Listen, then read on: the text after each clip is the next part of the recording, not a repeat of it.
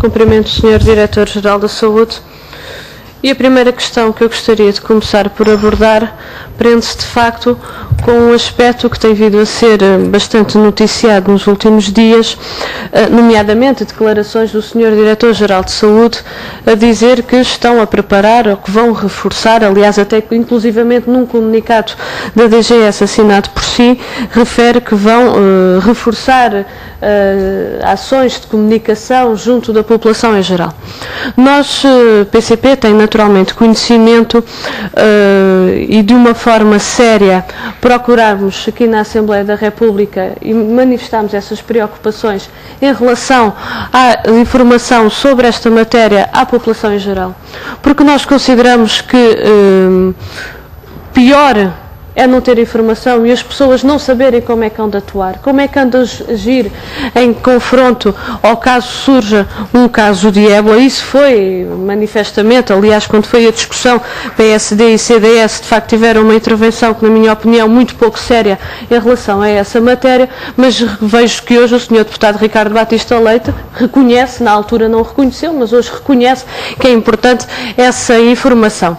Nós, na altura, dizíamos, e de facto, o mais grave que não haver essa informação é, de facto, aí sim geraria-se, caso houvesse um caso de ébola, geraria-se o pânico e o caos junto da população portuguesa. Por isso nós estamos de acordo, porque achamos é que deveria de facto ter sido mais cedo e deveria de haver essa informação efetivamente à população em geral, como um reforço também de informação aos profissionais de saúde, aos trabalhadores em geral. A primeira questão que eu gostaria de perguntar ao Sr. Diretor-Geral de Saúde nesta sequência é que medidas concretas, ou seja, como é que se vai traduzir e como é que estes mecanismos de reforço da comunicação vai se traduzir no quê? E eu gostava de perguntar, em relação à população em geral, gostava de perguntar também que nos pudesse dizer aqui de uma forma detalhada que informação foi transmitida aos profissionais de saúde. Não estou só a falar de médicos e enfermeiros, estou a falar dos auxiliares, dos administrativos, ou seja, todos aqueles profissionais que estão nos serviços de saúde.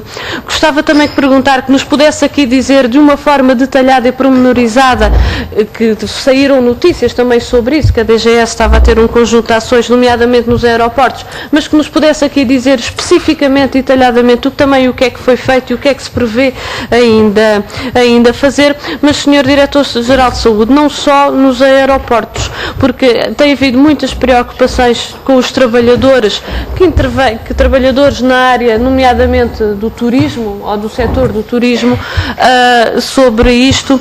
Gostava que nos pudesse aqui dizer, para além dos aeroportos, está previsto mais alguma coisa, porque a entrada de estrangeiros, ou não estrangeiros, mas de pessoas de fora do país para Portugal não é só pelos aeroportos, também pela rede ferroviária, por exemplo, também vêm para Portugal. Gostava que nos pudesse dizer se está previsto alguma intervenção ou não, por exemplo, em relação também a essa matéria concreta. Queria também fazer uma outra referência. Na semana passada, na discussão com o Sr. Ministro, o Sr. Ministro justificava também que o conjunto de outras recomendações que o PCP tinha proposto, que estavam a tomar medidas no sentido da sua concretização. Eu aproveito a oportunidade do Sr. Diretor-Geral de Saúde aqui na Comissão de Saúde para lhe perguntar, tendo em conta essas declarações do Sr. Ministro, o que é que está a ser feito. Nós propunhamos, nomeadamente em relação aos trabalhadores das empresas privadas, e essas empresas têm que ter serviços de saúde ocupacional e esses serviços têm naturalmente também responsabilidades nesta matéria. Nós propunhamos que o Governo pudesse zelar para que os serviços de saúde ocupacional pudessem cumprir com as suas responsabilidades perante os respectivos trabalhadores. Eu gostava de perguntar, ou queria-lhe perguntar, o que é que está a ser feito nesta área, atendendo que o Sr. Ministro disse que estavam a ser tomadas medidas. Como também gostava que nos pudesse aqui dizer detalhadamente, no quadro da cooperação do nosso país e da ajuda que podemos dar a países portugueses de língua oficial portuguesa, o que é que ações é que estão a ser tomadas país a país de uma forma também detalhada. Queria também fazer aqui algumas considerações sobre esta questão do risco ser alto ou ser baixo. Nós consideramos que, de facto, também tivemos a oportunidade de ler o parecer do Colégio de Especialidade de Saúde Pública da Ordem dos Médicos, nós que considera que é alto, o Sr. Diretor-Geral de Saúde tem dito que é baixo, o Sr. Ministro na semana passada também disse que era baixo, mas de facto há aqui um conjunto de preocupações que não podem ser ignoradas e a verdade é que, na nossa perspectiva, o risco não é assim tão baixo. Não é assim tão baixo pelas relações que Portugal tem com um conjunto de países de língua oficial portuguesa que têm fronteiras com estes países que têm casos de ébola, não é baixo porque em Espanha também já está um caso, aliás, está-se a disseminar por um conjunto de países já fora do continente africano, e isto naturalmente tem que ter a nossa vigilância e o nosso alerta, mas de facto há uma questão que nos preocupa e que também tem vida pública e gostava que o Sr. Diretor-Geral de Saúde nos pudesse aqui também esclarecer. O tal suposto caso de ébola, que ainda bem que não se confirmou que era um caso de ébola, mas veio a pôr à evidência um conjunto de fragilidades nas medidas ou no protocolo, como tem sido designado, no protocolo para a contenção da doença. Eu gostava de perguntar ao Sr. Diretor-Geral de Saúde, de facto, tem vindo também a público que tem, vou terminar, Sra. Presidente, agradeço, eu estava a tomar atenção, tem vindo tomar a público a dizer que vão rever essas normas, mas a verdade é que a fragilidade dos Estados verificou-se em Espanha, verificou-se nos Estados Unidos, a verdade é que de facto estamos numa situação frágil, enquanto não acontecer nada, e esperamos que não aconteça efetivamente, mas a verdade é que de facto as preocupações vão se avolumando quando num conjunto de países que têm uma outra organização e uma outra estrutura, de facto vão acontecendo esses contágios.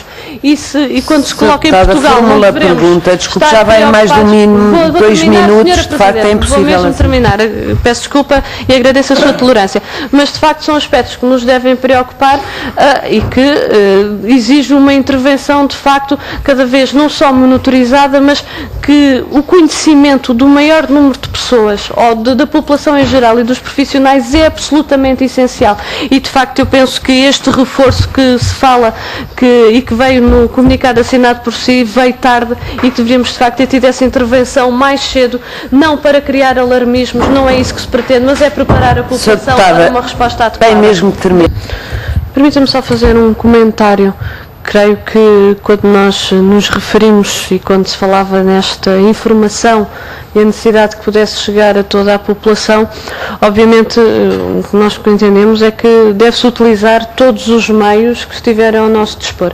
Eu estou a dizer isto porquê? Porque há pouco o Sr. Diretor-Geral da Saúde referia que o primeiro comunicado da DGS teria sido em abril, mas eu creio que não foi disseminado de uma forma que chegasse a todas as pessoas. Eu creio que de facto os meios eletrónicos são meios que devemos utilizar, mas temos que atender depois também à nossa realidade concreta e de facto temos ainda muitas pessoas em que o meio de informação mais eficaz não é esse, mas é outro. Por isso, quando nós falávamos num plano de informação para a população em geral, de facto devem ser colocados ao dispor todos os meios que estão disponíveis e atendendo naturalmente às características e à realidade do nosso país.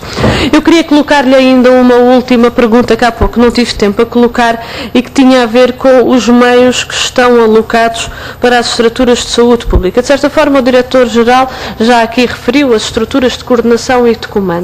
Mas eu gostava de perguntar, porque eu fiquei preocupada, eu tive a oportunidade de ver o balanço social da Direção-Geral de Saúde e, de facto, em termos de recursos humanos, não são propriamente muitos. Estamos a falar de 137 trabalhadores, mais umas quantas pessoas em regime de prestação de serviços.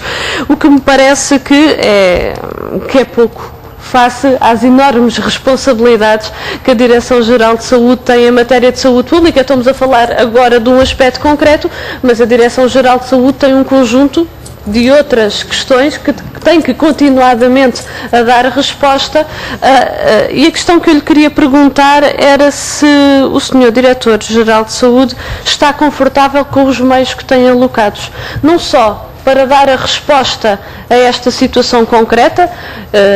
Nós ainda não temos nenhuma situação, mas de facto podemos vir-la a ter, e as respostas, e temos de ter naturalmente previsto as respostas a dar caso tenhamos essas situações. Não pode ser no momento de decidi-las, elas têm que estar já previstas antecipadamente para as acionar quando for preciso, mas face àquilo que são as exigências, o que eu lhe pergunto é se o que existe é suficiente. Eu gostava de facto de um comentário seu sobre os meios que estão alocados para esta resposta ao nível da saúde pública.